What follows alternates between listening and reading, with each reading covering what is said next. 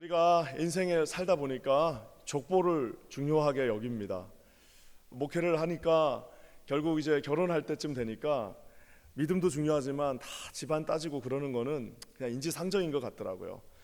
아무리 뭐 믿음이 좋아도 보니까 막판 되니까 조금은 세상적인 모습을 또 보이기도 하고, 또 어떤 면에서는 그 집안에 자라온 환경이나 이런 것들이 정말 또 중요하기도 한 것 같습니다. 보면은 진짜 아빠랑 아들은 붕어빵이고 엄마랑 딸은 진짜 정말 무슨 찐빵같이 똑같아요 다.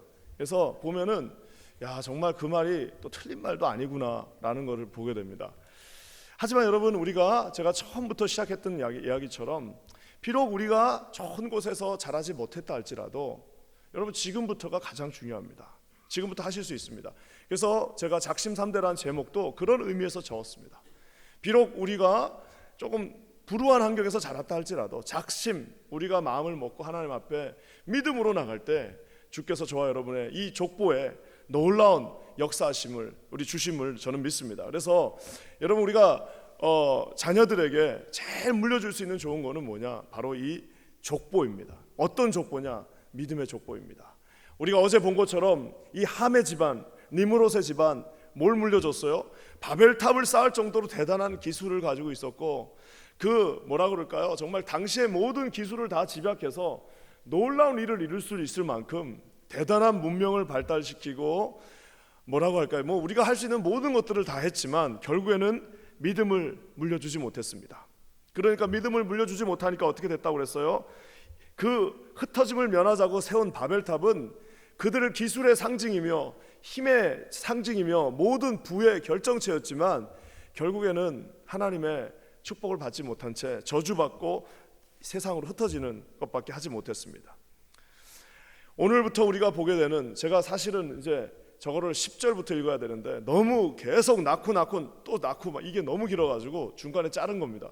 오늘 사실 셈의 이 가문이 어떻게 이제 셈에서 데라를 거쳐서 아브라함으로, 그 다음에 다윗으로, 이제 나중에 훗날에는 다윗의 아들 누구예요? 다윗의 자손 예수까지 어떻게 이것이 한 라인으로 가게 되는지 오늘 그 근원을 한번 살펴보려고 합니다.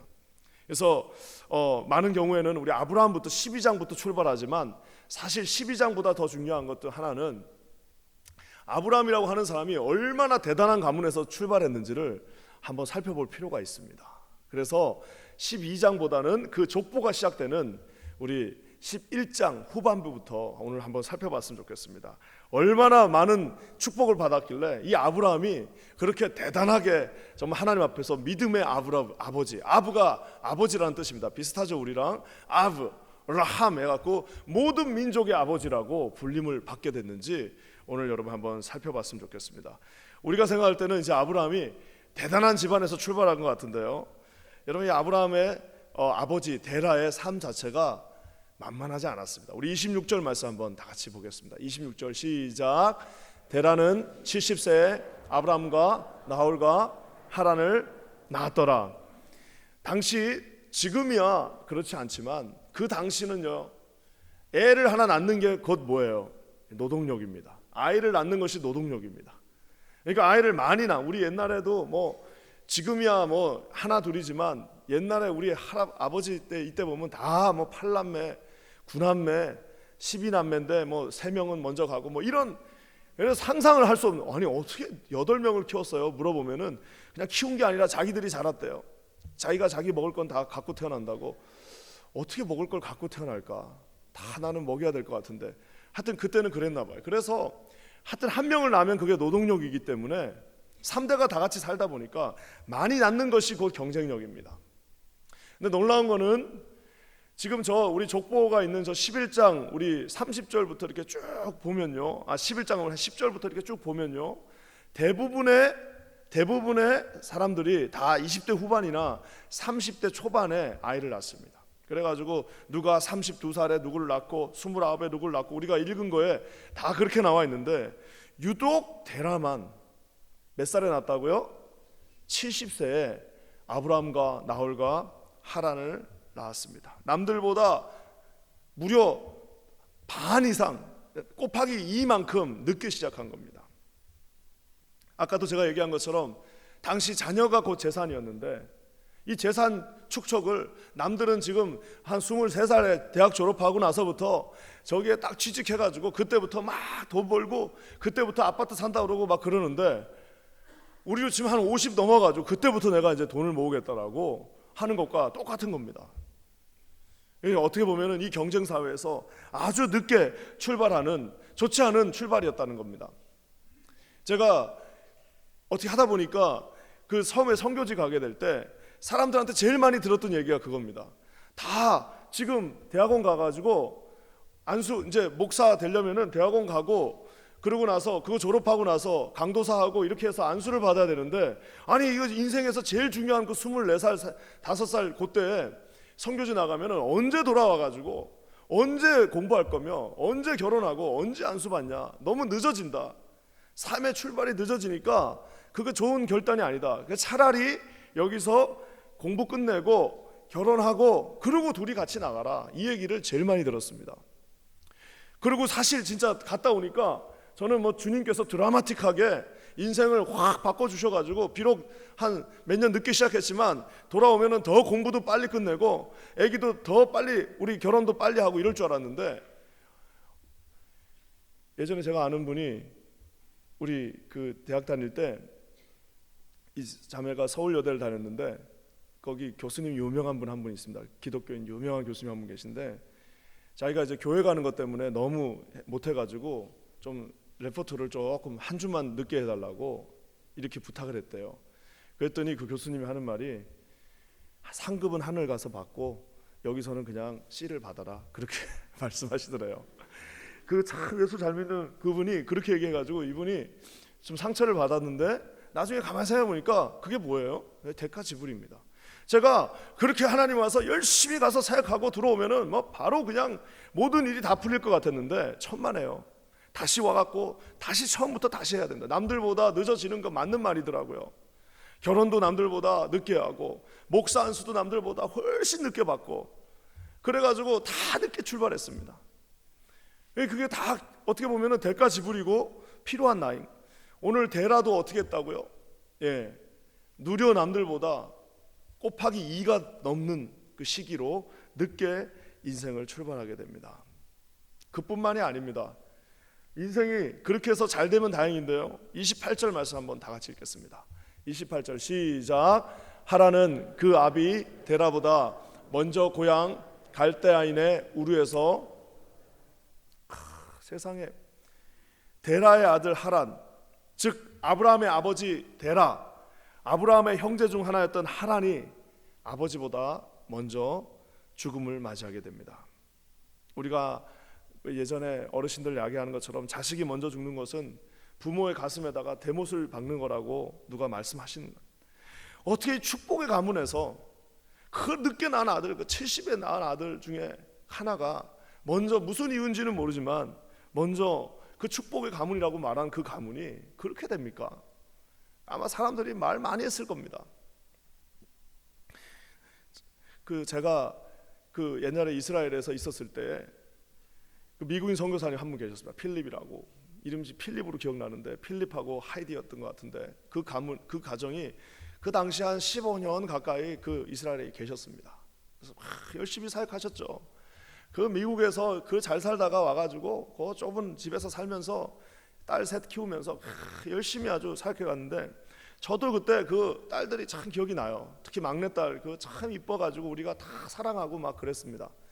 근데 그 셋째 딸 아비가일이 그 버스 타고 이제 이렇게 가는데 그때가 한참 인티파타 해가지고 막 맨날 싸우고 테러 날 때였는데 그 셋째 딸 가다가 그 테러가 버스를 자폭 테러를 하는 바람에 거기 있다가 그 막내딸이 그 하나님 앞에 먼저 갔습니다. 그때 16살인가 그랬는데 그래가지고 우리가 그냥 다 충격을 받아가지고 같이 막 기도하고 그랬는데 물론 믿음으로 극복하셨지만 그때 한번 예배 때 만났는데 무슨 선교사고 뭐고 그게 어디 있습니까? 무슨 뭐 목회자고 그런 게 어디 있습니까? 그만큼 슬픈 게 없어요. 같이 막 울고 했던 그 기억이 납니다. 사랑하는 성도 여러분, 오늘 데라라고 하는 이 아브라함, 이 온 인류의 믿음의 조상이라고 하는 그 가정에 남들보다 늦게 출발하고 또 출발했는데 출발하자마자 이런 어려운 일들이 닥치게 되는 것을 가리켜서 사람들이 아마 쑥덕쑥덕거리면서 야, 뭐 별 수 없네. 뭐 별 수 없네. 뭐 아무리 예수 믿으면 뭐 하냐. 뭐 이렇게 되는데라고 이야기했을 수도 있습니다. 근데 그래도 한번 기다려 봤겠죠. 뭐 기다려 보면 뭔가 있겠지. 좋은 일이 있겠지라고 했는데 32절에 허무하게 이 데라의 삶이 끝이 납니다. 우리 32절 말씀 한번 다 같이 읽겠습니다. 시작. 데라는 나이가 205세가 되어 하란에서 죽었더라. 요 지명이 총 3개가 나옵니다. 갈대아 우루 고향입니다. 갈대아 우루에서 떠나가지고 지금 가나안으로 가는 그 도중에 하란이라는 땅에서 뭐예요? 가나안을 가지 못하고 그냥 물론 뭐 가려고 하는 마음이 있었는지까지도 모르겠어요. 그렇지만 결국에는 본인의 뭔가의 꿈을 이루지 못한 채 중간에서 그 삶이 마감됩니다. 우리 치면 이렇게 표현하면 될 것 같아요. 그냥 이제 한국에서 내 미국 간다라고 하고 출발을 했습니다. 근데 바로 영주권이 안 나오니까 무슨 뭐 요즘 옛날에 많이 글로 갔더라고요. 아르헨티나나 브라질 쪽으로 간 거예요. 그래가지고 내가 여기서 어떻게 빨리 해가지고 내가 미국 반드시 들어간다 그랬는데 결국에 들어가지 못한 채 가서 늦게 결혼하고 또 아기 하나 낳으려고 했는데 낳았는데 또 그 아이가 죽고 하면서 거기서 결국 미국은 바라보지 못한 채 거기서 그냥 삶이 끝나버린 것입니다. 어떻게 보면은 많은 요즘 가장들의 삶과 똑같습니다. 옛날에 꿈이 뭡니까 그러면은 어렸을 때 꿈이 뭡니까 그러면 나는 뭐 음악가가 되는 거야. 나는 한번 뭐 멋지게 한번 뭐 여행 다니면서 한번 멋진 인생 할 거야. 나는 아마 뭐 정치인이 한번 돼볼 거야. 나는 한번 뭐 부자가 돼가지고 한번 세상에 요트도 한번 사보고 해보겠다고 그랬는데 막상 인생이 시작되니까 그냥 남들 따라가는 것도 힘들어요. 무슨 뭐 꿈을 이루는 거는 둘째고 먹고 사는 것도 너무 힘든 겁니다. 꿈을 뭐 대단하게 이루는 거는 그 이제 뭐 완전히 그냥 딴 얘기가 돼버리고 그냥 하루하루 애들 자식들 먹이고 그냥 하루하루 집값 내면서 그 사는 것 자체가 쉽지 않다는 겁니다. 그렇게 아둥바둥 하다가 가난은 고사하고 그냥 거기서 내 삶이 맞춰졌다는 겁니다. 예전에 같이 사역했던 목사님 한 분이 이제 조금 나이가 있는 이제 60대 이제 남자 그 반 이제 맡아갖고 한 분이 있는데 저한테 그러더라고요. 야, 이게 여자 갱년기보다 남자 갱년기가 더 무섭다. 이거 뭐 남자가 무슨 갱년기가 있냐고 그랬더니 야, 오늘도 어떤 분 오토바이 산다는 거 말렸다는 거. 그래 이게 이제 막판에 이제 한 50, 이제 애들 다 크고 이러니까 이제 뭐예요? 너무 이제 아까운 거. 내가 도대체 뭘 했나 지금까지? 내가 하고 싶은 게 있었는데 그러니까 이제 그걸 언제 고등학교 때 하고 싶었는데 못했던 거 있잖아요. 가와사키 하나 산다 해가지고 사는데 와이프들이 어떻게 해요? 니 가와사키 사고 나가는 순간 내 너하고 이혼이다. 왜? 그 오토바이 타면 그 나이에 오토바이 타면 다 죽습니다. 그래서 그 어렸을 때부터 타야 되는데 어렸을 때부터 못 타다가 나이 이제 50 넘어가 60 다 돼가지고 이제 이거 꿈을 이루겠다라고 가와사키 산다는 거예요. 그래서 이제 그런 분들이 계셔요. 남자 갱년기 무섭다고. 그거 왜 그런 것 같아요? 너무 허무한 겁니다. 한 번도 내가 쉬지 않고 가족을 위해서 내 진짜 한 번도 쉬지 않고 내 딴 생각 한 번도 안 하고 내 정말 내 모든 젊음을 다 팔아가지고 내 30살 때 미국 와가지고 진짜 내 정말 다 했는데 다 이제 끝나고 나니까 아무것도 안 남은 것 같아요. 그래도 엄마는 자식들하고 뭐 놀러도 다니고 수다도 떨러 다니고 그러는데 아무것도 친구도 하나도 없고 그냥 남아 있는 거라면은 내가 인생을 버틴 주름살밖에 안 남은 거야. 아무것도 두 손에 안 남고 옛날엔 그래도 취미생활도 하고 옛날엔 그래도 내가 노래도 잘 부르고 했는데 두 손에 남은 거는 아무것도 없고 그냥 나이 먹은 거 하나밖에 없다라는 사실입니다. 사랑하는 성도 여러분, 오늘 데라가 바로 어떤 면에서는 이렇게 삶이 허무하게 그냥 끝나버렸습니다. 그러니까 만약에 우리가 다 결과를 놓고 나서 아브라함은 믿음의 아버지라고 그러지만 결과를 보고 나니까 우리가 그렇게 얘기하죠. 만약에 그 동시대에 아브라함 가문의 바로 옆집에서 우리가 그 하란 땅에서 같이 살았다라고 하면은 이 데라한테 뭐라고 얘기했겠습니까? 참 불쌍한 아저씨 와가지고 그 인생의 희노애락 다 걷다가 저렇게 가셨구나라고 아마 이야기했을 겁니다.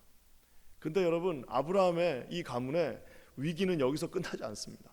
우리가 아는 것처럼 하나가 더 있습니다. 이 참 30절 오늘 본문이 덜커니 하고 끝이 나는 게 어떻게 끝이 납니까? 30절 말씀입니다. 다 같이 한번 읽겠습니다. 시작. 사라는 임신하지 못함으로 자식이 없었더라. 결정적으로 아브라함 가정에 믿음의 이제 조상이 돼야 되는데 믿음의 조상이 되는 그 근원이 없는 겁니다.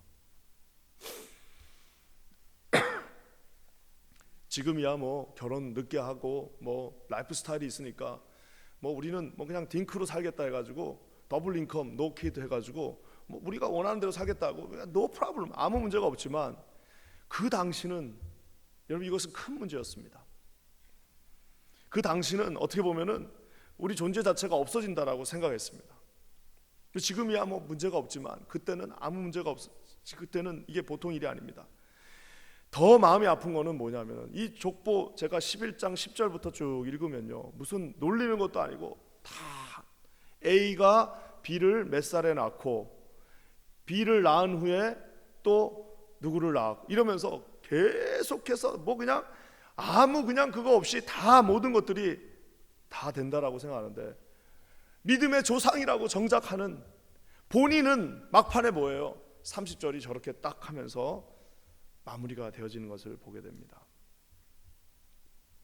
예전에 제가 아는 교수님이 그 얘기 하시더라고요.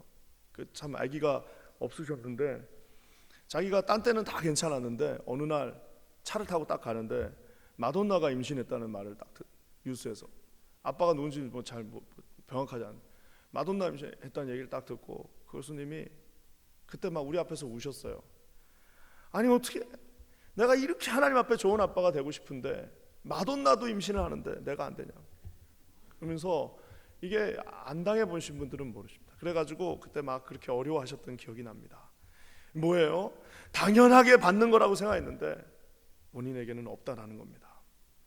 사랑하는 성도 여러분, 우리 30절은요 그냥 저 때 딱 하고 그냥 끝나는 게 아닙니다. 저 때가 뭐 한 70세 정도쯤이라고 보면은 그러고 나서도 거의 이제 수십 년의 시간이 지나는 동안 그들에게는 이 어려움이 계속해서 현재 진행형으로 진행되고 있다라는 사실입니다. 사랑하는 성도 여러분, 결론적으로 뭐예요?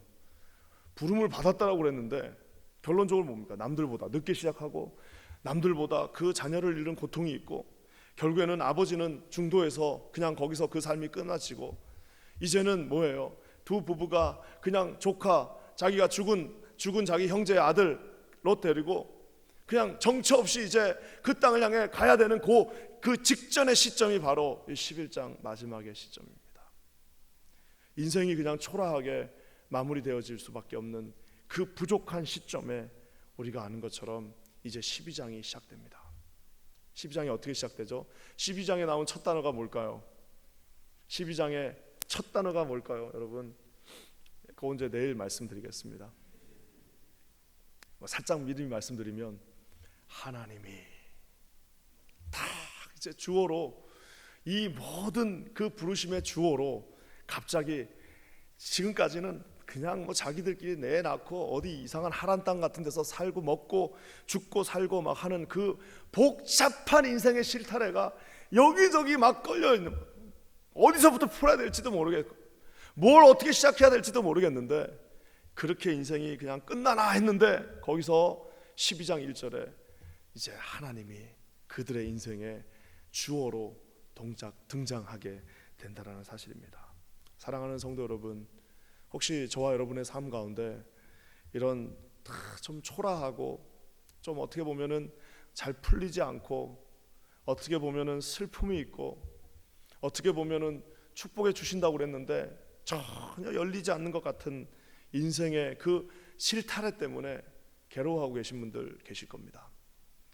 여러분 우리가 아무리 늦어도 늦은 것이 아닙니다. 하나님께서는 하나님이라고 하는 주어가 등장하면서 이제 아브라함에서 아브라함으로 사레에서 사라로 변경시켜 주시면서 하나님의 두 손에 붙들림 바 되는 정말 초라한 인생들이 이제 하나님 앞에 붙들림 바 되어 어떻게 해요?